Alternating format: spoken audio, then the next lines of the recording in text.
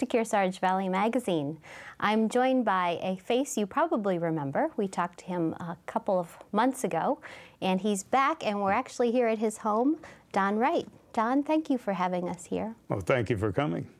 Don and I talked a couple of months ago on the show about his history as a pilot with the U.S. Air Force and flying the U-2, and the fact that he had a book coming out very soon that he wrote not just about those experiences, but about his life, which it's really an amazing story that you tell. And this is his book. It's finally here. And so I'm really excited to get back together with you so we can talk more about this wonderful book that you've written. Thank you. I wanted to start out with a little, let's tell our viewers, kind of remind them a little bit about your story, because you've settled here and been in the New London area now for 35 years. 35 years. Yes, yeah. A long time. But before that, as a young child, you moved around quite a bit, ended up joining the Air Force early on. I did, yeah. Which is kind of what many people did. Everybody at that time had to go in some type of military service.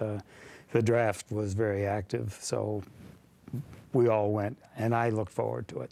And you wanted to fly. That's exactly right. That's all I can ever remember wanting to do.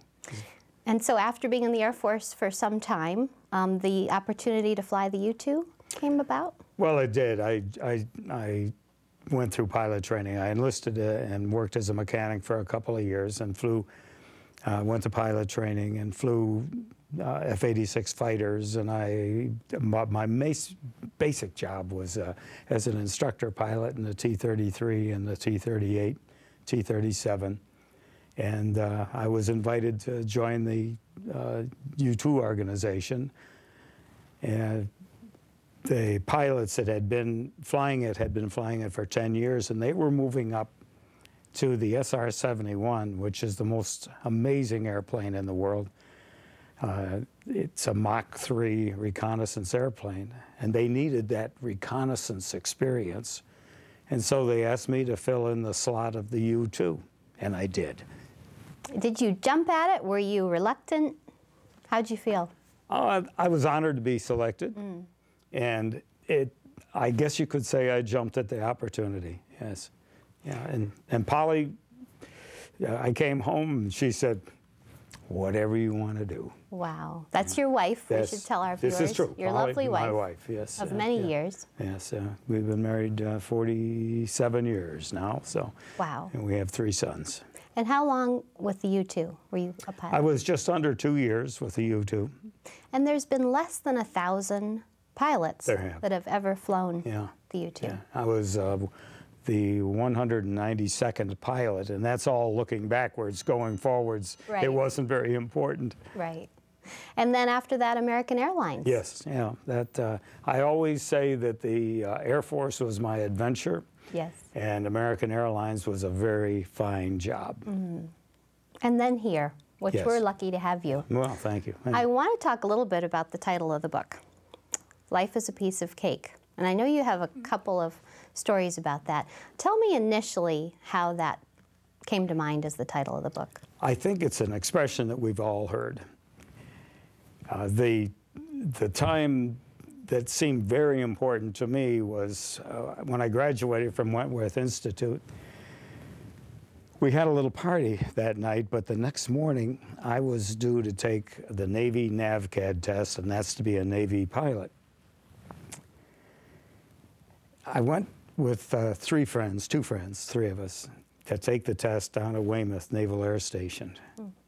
And it wasn't that we partied hard, but I didn't feel all that good either. Yeah. And we were just, we got up early, drove down to Weymouth, and we went in and started taking the test. And my roommate and the fellow across the hall, a fellow by the name of Jack Carlin, we went in to take the test.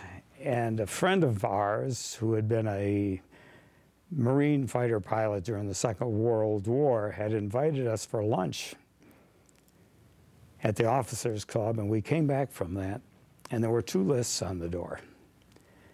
And there were about 20 people. It was about evenly divided.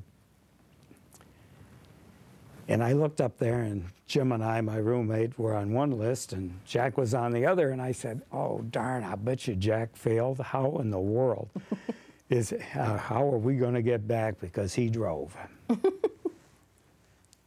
And we went in there, and sure enough, Jim and I had failed.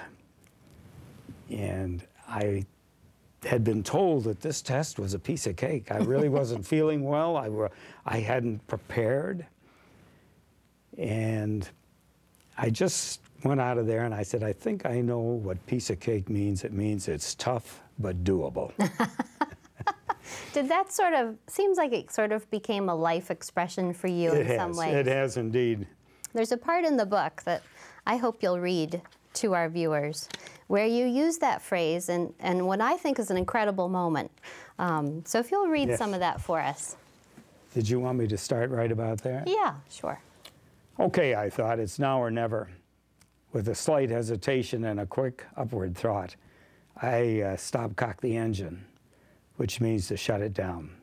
The partial pressure suit worked as advertised. Compressed air filled the enmeshed capstans, pulling the suit tighter and tighter until my entire body was encased in a giant bear hug, and I lost about 90% of my mobility. Gradually, my breathing reversed as oxygen was forced into my lungs, which had been trying to breathe out against the pressure. I had experienced similar conditions in the practice chamber on the ground, so the feelings were not totally unfamiliar, but this time it was real, claustrophobic, and fearsome. Surviving was only part of the equation.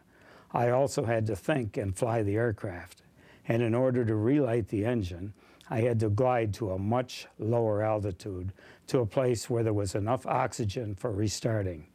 That powerless glide took 15 minutes. Adrenaline pumped through my system, clearing my brain and clarifying my thoughts. I almost reveled in the discomfort and accomplishment of mind over matter, and it produced a sense of euphoria that caused me to laugh out loud. I was enjoying this strange new adventure. At 35,000 feet, I followed the 10 steps outlined in the checklist for relighting the engine. Soon, the comforting growl of the Pratt and Whitney filled the cockpit. The pressure suit deflated, and I took a long, deep breath. The ride home was a short one, but the road I had taken to get there had been a long and winding, a journey of many miles, many years, and a million lessons. "How'd it go, Captain?" my instructor asked me after I landed. "Piece of cake, sir." It was a piece of cake. That just is incredible to me, because you literally had to stop the engines. This was a practice. This is a practice You thing. had to know how to do this, but you're taking a huge risk. Not too much of a risk, but I will say that to shut down the only engine you have certainly does make your heart beat a little faster. I'll say. Yeah. But it was a piece of cake. Well, it was. Tough, but doable. Tough but doable, yes. In our next week's segment, we're going to talk a little bit more about your childhood and what made you into the man that you became, because I think it takes an incredible individual to do many of these things that you've done in this book. So we're going to talk about how that all came about next week. Thank you so much, Don. Thank you.